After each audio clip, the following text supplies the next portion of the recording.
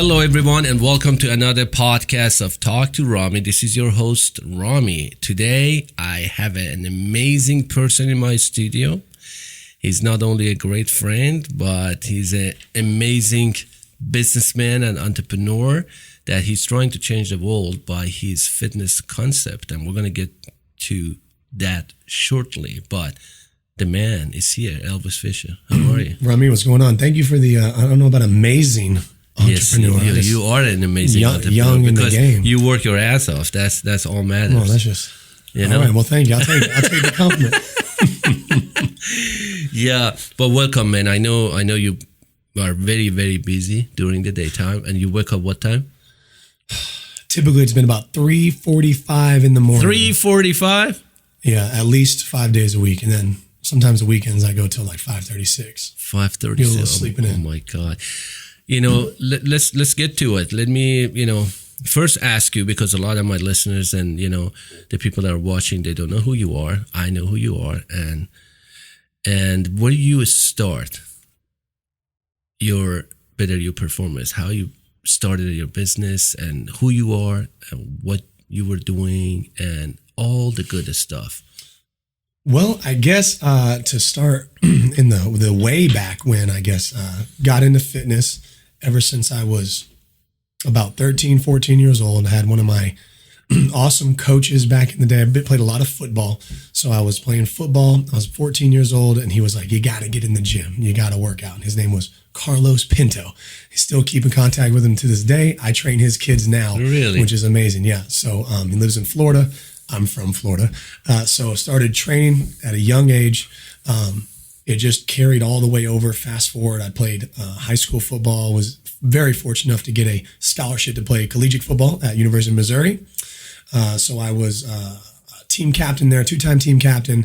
I was a 4-year letter winner, went to school for 6 years because I had like 17 injuries and surgeries. And wow. Yeah, a lot of injuries. So I kind of know how the body works, how it doesn't work, and how to come back from it not working. So there's a wide array of just kind of life lessons in there tingled into the fitness realm. I got very fortunate to get my undergrad and my master's degree from University of Missouri. So that's kind of where the Better You concept kind of started or manifested, and I didn't even realize it, right? So my master's degree is in Masters of Education, Education of Counseling Psychology, emphasis sports psych. So I was fascinated with the mindset of an athlete, especially the mindset of an athlete that pretty much got it all taken away. So when I was I was a junior going to be a senior, I got a season-ending injury, like devastating. That was my very, and I had a couple shoulders and some wrists, but nothing that was season-ending. And I ruptured my patella tendon. And if you ask anybody, Wow. In the world of fitness, sports in general, That's a major injury. yeah, if you rupture your patella tendon, you're done. Like you ain't coming back. So I was able to, I was going into my senior year. I was graded out to be anywhere from a 2nd to 4th round draft pick. I was a team captain, big dog on campus. I was ready to go, right? We were doing really well. Mizzou was going to set to have a great year. A lot of people were, back in that era, just kind of, a lot of big names that played in the league for a long time. So we were doing really good, right? Everything was going well. Freak accident. Nobody even hit me. I was literally just doing my normal day-to-day routine. Knee popped, fell right over. Wow. So it was devastating. I got myself off the field. They carried me off. They cut my shorts off. I saw my kneecap hanging off the side. Wow. Immediate surgery that day. Season was over. I was fortunate enough to kind of, through this whole year transformation, I talked with my strength coaches at the time, a lot of great guys. Just to name a few, if I'm talking ones that I, still keep in contact to this day, Pat Ivy, Josh Stoner, those are two big name guys that I kind of talked to. Dr. Rick McGuire, who was almost like a grandfather in the, I don't want to say great godfather almost in the sports psychology world, worked with a lot of Olympic athletes and all that just for the mental side of things. And so when that happened, I was able to be surrounded with those people to kind of get me out of that funk. And they were like, you need to go study, sports psychology. This is what you need to do. And so it got me into I was the first one to graduate with my master's with sports psychology from University of Missouri. And I was in there programming and all that stuff. And it was really cool to it really helped my mindset of why the fuck did this happen to me versus why wouldn't it happen to me? Like, it needs to happen to me because I can handle it. Just change of mindset, change of wording. Instead of thinking like why things are happening, thinking things like, wow, I want more stuff to happen to me so I can overcome it and continue on moving forward. So it was definitely a cool switch. So got my master's degree, went on to play 1 year with the New England Patriots, tore my other patella tendon. Oh my God. So yeah, tore the other one, and I was out. And the NFL is a different type of beast. Definitely is more of a business. It was a great experience to be able to play with those guys and see how much different the NFL is versus college. Just every level, there's another tier. Just like in life, just like in business, everything's another level, right? And you don't really know it until you get to it and you see it. But I was definitely done with football at that point in my mind, because at that point I had a surgery or injury every year for like the past 5 years. So like every year I'm doing surgery, rehab, mindset shift, strength training, and then coming back to playing, right? So it's a grind on the body. And so I was like, okay, I'm going to be done. I wanted to get into strength and conditioning. And one of my good buddies got me into working for another fitness concept at the time. And I got into doing like group fitness and kind of like personal training here and there. Was fortunate enough that brought me here to Texas. So I was in Florida at the time, brought me out here to Texas. So I moved my family out here. And then, I was lucky enough to be in the Austin area and run a couple fitness concepts here that were doing really well. And I grew a lot. I learned a lot. I was very fortunate to be a part of that company. And then at some point we were just kind of sitting there and I just realized, man, I need to do this. I need to do my own thing. I wanted to create Better You Performance. I still was talking to you earlier about making the notes about it. Yep. 5-6 years ago, had the whole layout. And then I was like, screw it. I'm going all in. I'm going to do it. So I quit that job, started Better You Performance. Literally, it was like December. It was like October, November, December of 2019. Completely left my previous job and started Better You Performance January 1st, 2020. And if anybody knows anything about January, February, March of 2020, that's when the entire world shut down because of COVID. So hell of a year to start a business, right? Wow. So started with one person, training them in my freaking backyard. I was hooking TRX straps up to a tree. I was making them run in the park, couple kettlebells. I mean, that was it. And then I moved to my, I rented space for a little bit, and then COVID shut down everything. So I turned my wife is also a trainer as well. So she likes to work out. And so we converted our garage into our first facility, like pretty much that was like the facility. And I trained, man, I probably was training 20, 30 clients there, like at my house every single day. And then Texas was kind of the ones that would come back first. So a couple months down the road, they're like, let's open the gyms back up. I'm like, yes, finally, let's freaking go, right? Because I live up in Pflugerville, and everyone was like, I don't like driving that far. So we opened up, I got to rent space again, and then I outgrew that. I was sitting at 40, 50 clients. I was training more in my groups than like that gym that I was renting space from had for their groups. So they were trying to up the price on me, which is totally fine. I get it. As a business, I understand why they did it. I wasn't wearing their logo. I was wearing my logo. I was just paying them to be there. But I just kind of was like, listen, no hard feelings. I don't want to, I still keep in contact with the management there. They're great people. I still know some of the coaches there. Awesome people. It was just not for me anymore. I wanted to do my own thing.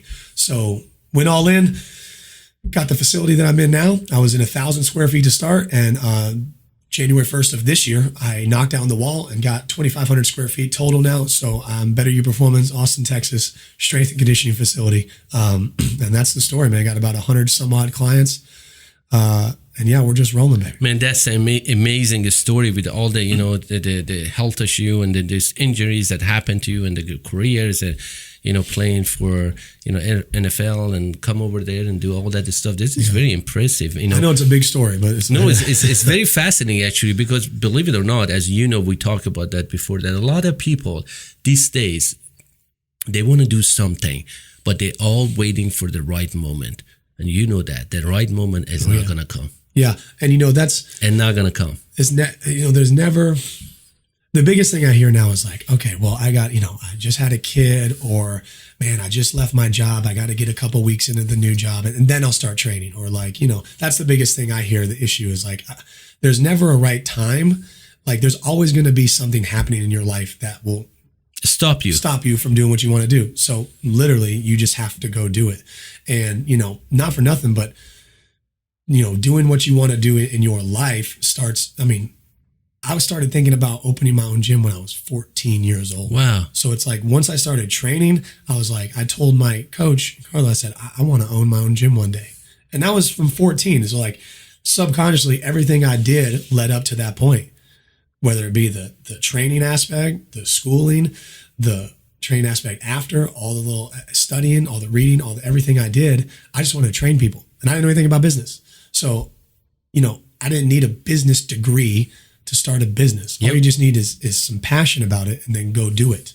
So, it's the action. That's the most guru thing I say today. No. You are absolutely right, because the taking an action is the most important part of anything. 100%. 100% in business, because you can get the guy to your gym and you can give him all the tools and everything else. But if they're not into it, they don't want to do it, they don't want to take action to take their life to the next level. Yeah. Even Jesus cannot help them. Oof. I'm telling you, man, I have seen people that they want to reach the impossibles. They want to do everything. They got dreams. They got goals. They write it down, and they're all waiting for the right moment. And I have a news for you. The right moment, it will not come. The right moment is never going to come. I mean, you also have to trust yourself and your instinct. So like if you're trying to wait for like the fog to clear and see the path, there's never going to be a path. What happens is you just start and you just take a step and you hope there's a ledge there. and if there's a ledge there, boom, okay, what do I do at this stage? And you take another step. And then when you open up, you might see 2 steps in front of you. You got to pick which one to go to. You just go with your gut. And you just keep going forward. You don't ever see the whole path. You just got to keep rolling. You are absolutely right. And based on our previous conversation, and you and I would talk, better your performance actually is not about the fitness. That's what I figured out. It's not about the fitness by talking to you. It's more about the mindset. It's creating a better you to just better yourself. And the fitness that you give them is just, they are the tools. They are the exercise. They are the tools. They are the, stuff that they can work on and get better and improve themselves, mentally, physically, everything is. But everything is a start, as you said earlier, it starts with the mindset. Well, yes, I think when I first was designing Better You Performance, if you look at my logo, the B, beard up here, the BU is highlighted. Now that's a perk that I got on my logo from my wife. She goes, you should highlight the BU, because essentially you want people to be them. Yes. The best versions of themselves, the strongest versions of themselves. And so the cool thing about Better You Performance is I'm a big strength guy. I love lifting weights. I think that lifting weights and seeing your body improve and just the endorphins that come from it, the self-confidence that's raised up from lifting weights and just working out in general, seeing your body comp change, being more confident, understanding your self-worth. Once that happens, then once the physical happens, then that takes over, that spills over to all aspects of your life. Like when I've seen people come in and they're 20 pounds overweight, they don't know where to get started, they don't know how to get going. And so I show them the ropes of like a 12-week program. And after 12 weeks, they're down a few pounds, they're stronger, their clothes fit better. They understand that, I didn't have to, run 3 miles a day forever. No, you just need to do some strength training and you need to get stronger. And when you get stronger physically, you end up getting stronger mentally, just not even realizing it, because the weight room teaches you so many life lessons that you don't even know. Grinding through movements, progressive overload, taking action, right? Just doing the things day in and day out consistently. And then you see that big time improvement over time. And that's why I love lifting weights so much, because if anything that weight room teaches me, it's taught me that. It's just staying consistent and staying on the program. It's a constant and never-ending improvement. And if things are going awry, you just adjust and keep moving. You can't just quit lifting weights in the middle of your session. Is this right with life too? And you just said if something's not working, just change it and just change your attitude, change your direction. You have to adapt and go. You have to adapt and go. I think that's what we have to do. That's what most of the people don't understand. That as you go forward, you have to adapt and go. 100%. And you have to be confident in your ability to do that. And the main thing that builds confidence is competence. So knowing what you need to do, how to do it, when to do it. When you're comfortable that you know that you're capable of it and you believe that, the confidence is there. So if something happens, it doesn't matter. Because whatever happens to you, it doesn't matter. I'm not gonna quit. You just keep So going. when you have that mindset, you just keep rolling. Sports, life, business, all that. Is that working like a NFL too? Like, people that have that kind of mindset, as I see this football player. Everybody at the top of their game understands that they it's different. A lot of people talk about, the big time names that always, talk shit, and they're all like, oh, it's so cocky. Like these dudes are confident. Like if you see players on the field beforehand, you see all the NFL films of like guys nowadays, because you get so much access now. Yeah. You can see them beforehand. They're like, yeah, man, I got this. I'm the best. You listen to these guys before games. I mean, like you're talking to your self-talk. You have to talk to yourself. I'm the baddest motherfucker here today. I'm going to win every battle. Ain't nobody going to stop me. I'm the best. I'm the greatest. Like you heard Mike Tyson doing that down the list of every. Most of them, they do that. They all do that. And it's just being positive self-talk, and it is hyping yourself up. Because when you believe you're the best version of yourself, and you believe that you are the best going into any situation, I never went into a battle, a football game, or a play or anything thinking I was going to get beat. Who the fuck would go into a game thinking you're going to get beat? You gotta get. Like if I go in, if I went into a game and was like, oh, this dude's going to be better than me. I've already lost. Yeah, then he's better than you. Is that like we have to adapt that in the business? And because you're running the business right now, you're an entrepreneur. Yeah. And this is an entrepreneur mindset. Do you think that that's exactly what we do here as an entrepreneur? Like I go through it, and if I want to think that, I want to lose, and I already lost. Mm-hmm. Yeah, I don't ever go into it thinking that. I've never thought for once. It's a little different too when you talk about like life and making money and all that stuff for your family, because there's other stuff riding on it. When I was playing football, it was just me. So like it's all good. But nowadays when I started this business, I had my oldest daughter she was 4, and we had another one on the way, mortgage, car payments, you got all the stuff. And I quit my job. Good paying job. And I was like, I'm gonna go all in. And it's different because for the dream, when I first initially thought about it, I was like, I'll sleep on the gym floor. I'll put all my money into it. I'll eat ramen noodles. I'll make this work. This is what I want. Now I have the family. And so you have to have your partner, my wife, on board as well. Yep. So before I even went in, we have a very traditional relationship, right? Wife, husband, we talk about everything. We don't make decisions without each other. But what we decide goes, we're going to go all in and do it. So I told her, I said, what would you do if, you lost everything and we gotta sleep in the fucking truck? And she was just like, well, it looks like we're sleeping in the truck. Wow. So it does not matter like any of the obstacles when you are determined to do something and you surround yourself with people that are on that same path. That's the key you just said. That's surrounding yourself with the right people. You can do it alone, but you go further with your team. Right? So like, yeah, if I was single, no kids and all that, I'd probably have a gym. Probably be pretty good.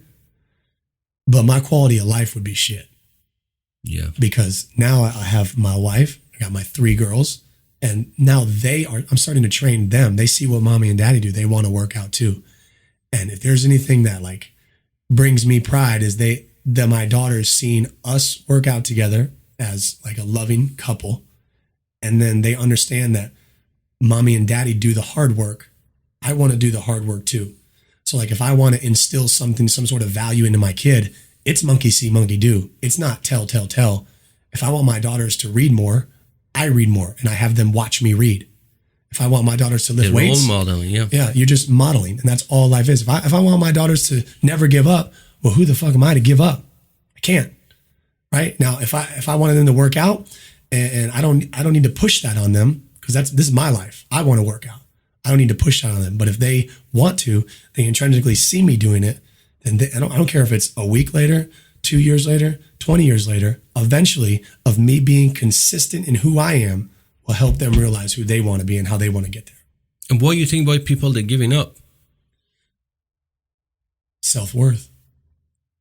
You think lack of confidence, lack of self-worth, lack of, just internal motivation, internal drive. A lot of people don't know like what their why is. Like, so if you don't know like why you do something, how are you going to do it? Like if you don't know why you want to lose weight, like you'll drag your feet and come up with every excuse in the book. Yeah, you're not going to do it. Like if you don't understand like the reasoning. And some people, they have a fear of doing things too, financial fear, emotional fear, whatever it is. But how you deal with the fear, you as an Elvis Fisher? Fear? Yeah. Well, fear is okay. I mean, fear is just an emotion. Because you just told me today that it's a lot of stuff going through your mind and everything else. 100%. And and you kind of trying to work it out, and just think about it and what you have to do and everything else. And we all do that, but giving in is different story. Yeah. Because sometimes fear makes you to give in. Yeah. So I guess if you delve deep into it, right, fear is just another emotion, right? So like, it's okay to be, you have emotions. You need to be able to control your emotions in certain scenarios. So when I'm talking about like, yeah, shit happens to me all the time. Was I scared to get back and play football again after not being able to walk for 8 months? Yeah. Was I scared to quit my comfy job and go all in on something when I only had like 10 clients? Yeah. Was I scared to start my own business and put my money down on a facility? Yeah, I sat out in front of that facility every night for 30 days leading up to me signing the contract. Oh my God. I would train people till 7 o'clock at night. I drove over to the facility that I was going to put the down payment on in 30 days. And I just sat there and I just thought about and try to manifest as best I could and seeing the vision work. And then I go home. I do that for like 20 minutes and I get out of there. Wow. So like that's powerful. Yeah. So like fear is the one acronym that I like and I see on fear all the time is fear has two meanings. You can fear everything and run, or you can face everything and rise. Yeah. So I mean, like, there's two options there. And so like life is about choices and life is about being confident in what you can do. So if you're fearful about something, I look at fear as it's fuel, right? Because it's fear and people talk a lot about failure, right? I only think you failed if you quit. So you never actually fail unless you quit. You tried something that didn't work. You just figured out a way not to do it. So like if I tried, if I'm building this business and it fails, quote unquote, well, I just figured out what not to do. Okay, well, I start back over. Does that mean I stop running the gym if that's what I want to do? Hell no. I do it differently. I figured out another path to it. Right? So you just always have to keep doing trial and error because failure only exists if you quit. Like I always say that, failure is an illusion. You just kind of put it in your mind. Yeah. It's just something that you created it. And basically, if you failed, that means you tried something, didn't work out, and you got to do it again. Yeah, you do it again. You don't have to accept it. You don't have to accept it as the reason why you need to stop. And a lot of people will do that. Or they'll come up to a crossroads and they'll be like, oh, it's just someone telling me I shouldn't do it. No, that's not some force telling you shouldn't do it. That's some force testing you to see if you are fucking strong enough to do it. That's a great point. That's a great point. But, a lot of people right now, I'm sure, they're listening, they're watching this. They all want to say, I really want to lose weight. I want to get better in shape and I want to just get, have a better life and everything else. What you think they should do? What you suggest based on your experience that you coach so many people, you listen to so many people. Do all have the same kind of, not the same excuse, but something in common? What is that thing that is common that everybody they do or they say that would stop them to be better you? Well, the biggest thing in terms of fitness, right? Everybody, biggest thing, I want to lose weight. I want to have my clothes fit better. Yeah. I want to be more toned. That's a trigger word for me, but that's what I hear a lot, right? And they all, generally speaking, the average person knows exactly what they need to do. I got to go walk more. I should probably stop eating sugar. I probably shouldn't have that donut. I should probably go get it to the gym and work out. Yeah, motherfucker, you know what to do. Yeah, well, we don't want to do it. It circles back to action. Yes. You know what to do. You also, that's why I tell people, if you don't know how to make the plan to do it, hire a coach. And I say that coming from a point of, you don't have to hire me. My number, when I get on calls with people, like if you go to the website, book call with me, I don't ask for a credit card. I don't freaking ask you to pay for it first. All I do is ask you to take 30 minutes, sit down with me, and I want to see what your goals are, show you that I know how to get there if you want to get there, and see if we're a right fit. Because if those three things align, then what's stopping you from getting started today?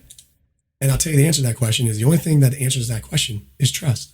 The only reason why people won't buy from me if all those three things align, if I know their goals, I care about them, they know what I can do, and I show them my path to get there, and then they all they gotta do is apply it. The only thing that stops them from buying is they just don't trust me yet. So that's why I'm big on social media, posting and talking about all the things that I do, and I have testimonials that does it, and so people can really see okay, if he says that he's going to do this, I can trust that he's going to do this because there's another 100 people behind him that have done that he's coached before to do it. So all I ask for you to come on the call and let's talk about it, see where you want to be, because to be honest, I just want you to get the results that you want. I don't care if you do it with me or not. I don't care if you think this, that, and the other about me. We might not gel. I don't need to gel with every single person in the world. I just need to resonate with the ones that I connect with and that I want to work with, and then we work together. So when I get on these calls and they have these goals, the biggest thing is just being able to align what they're saying with what I'm talking about them. So I want to get to know them, understand that I show empathy towards their situation, because everyone's got shit they're going through. It's life. Yep. Everyone has that. So I'm a real person. I got shit I'm going through as well, but I want to be here to help guide you to your goal. Simple. But I really hearing you what you're saying, but I deal with that kind of things in the business side. A lot of people, they come to me and they want me to coach them to how they take the business to the next level. But as you said, most of them, they don't know their fucking why. Yeah. They don't know what they want, where they want to go, but the how would be solved. Like Elvis Fisher would help them, Rami would help them, Steve would help them, John would help them, whoever it is. Mm-hmm. But the thing is, they're not clear. They don't have that clarity.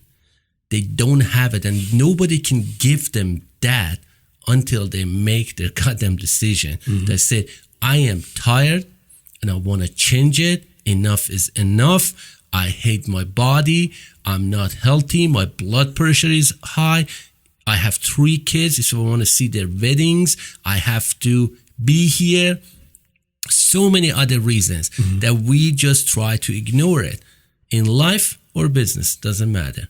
But the key, I think, is how we're going to build a trust with Elvis. I have to raise my hand. I have to say, I need help. Mm-hmm. The 3 words that alcoholic people, they have a hard time to say it. I need help. If they can't say that, they're not going to be an alcoholic. Mm-hmm. But the problem is that is all the start with us, as you said. Take action. Do something. And then people like Elvis or other people, they're gonna be there to help you, but you're not gonna get anywhere without you moving. Because I always say the key to your happiness is in your goddamn pocket. Mm-hmm. That's it. Simple as that. Oh yeah. Elvis can give you the tools, Rami can give you the tools, all the other people can give you tools, the guidance, the knowledge, the expertise, but you got to get up and come to the gym at fucking 5:30 a.m. Yeah. If you want to change your life. It's a different mindset. And, we can give the process, funny you say, give the process and all that, but, worst case scenario, right? What's the worst case that can happen? Like if you the taking action is so powerful because there's option A where you don't take any action at all and you're stuck in the same spot. Option B, yeah, you take all the action in the world, figure out it didn't work, but now you know it didn't work. And now you move on to the next thing. So at least one of those scenarios gets you moving, and it takes another step for you to realize what didn't work or what will work. You know what I'm saying? So if you didn't take any action at all and you're like, I don't know if but you're still in the same spot. That's what you're still there. You're still at level 0. I love what you said because I just add to it because I told so many people, if you try something and doesn't work, you'll be the same place as you were yesterday. Yeah, but you'll be in the same place with more knowledge. Exactly. It's like you didn't lose anything. Yeah. You didn't lose anything, but we don't want to take the chances. We don't want to do that. But we can talk about that a lot because I think everything in the world is a human's fault, or as a human, everything is our fault because we created it. We love that policy. We vote for it and they passed it. It's our fault. We did this, we did that. A lot of stuff comes back to us as our actions, even for us too. Yeah. Well, I mean, start talking about society and our fault and all that. Well, to be honest with you, if you want to, not to get too crazy political or anything, but if you want to raise societal standards, you want to raise, your community around you, it starts with you taking 100% personal responsibility for you and your actions. Absolutely. If you want to raise any sort of society or any sort of, community or anything like that, start with yourself. Yep. Raise your standard of excellence up here. If you want to change your daughter's life, that's what you said. I'm reading a book that they see. I got to change mine first. Yeah. And then you changing yourself and they see you reading a book. You say, Daddy reading a book. Therefore, the reading a book, it should be good. 100%. And therefore, they're going to be more educated or more knowledgeable about everything. Mm-hmm. If every household, every parents do that, you know what's going to happen? The whole world will change. Oh, yeah. But unfortunately, we're not doing it. But, if they're listeners, they're going to find you and they're going to get a hold of Elvis. Where do they have to go? BetterYouPerformance.com. Maybe simple. Thanks to the man, myth, legend right here. Did a great job on the website. Go check it out, y'all. Seriously, just go check it out. You don't have to book anything with me, but if you feel that finger twinging right towards that book a call with Coach Elvis, listen, it's not a sales call. I don't ask for money. I don't ask for nothing. I just want to talk to you 30 minutes of your day. It's amazing. And if you're like, man, you want to move on, you want to move forward with me, let's do it. If you don't, hey, it was great talking to you. Thanks for the support. I'm here if you need it in the future. That's a true business man here, that he's just telling you guys that he has no expectation. He just wants to help you and get you to the next level. And the worst case scenario is, if you listen to him, at least you learn something that you're gonna use it in your life. You're still gonna walk away with more than you started with. And that's amazing. That's giving back.